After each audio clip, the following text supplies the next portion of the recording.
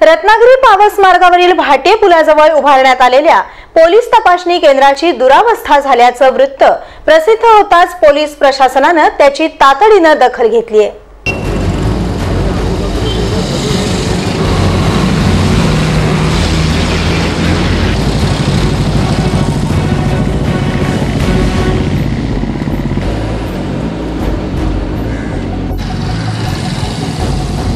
रत्नागिरी पावस सागरी महामार्ग असल्याने पोलीस विभागातर्फे नाटे, पूर्णगड, भाटे आदी ठिकाणी पोलीस तपासणी केंद्र उभारली आहेत।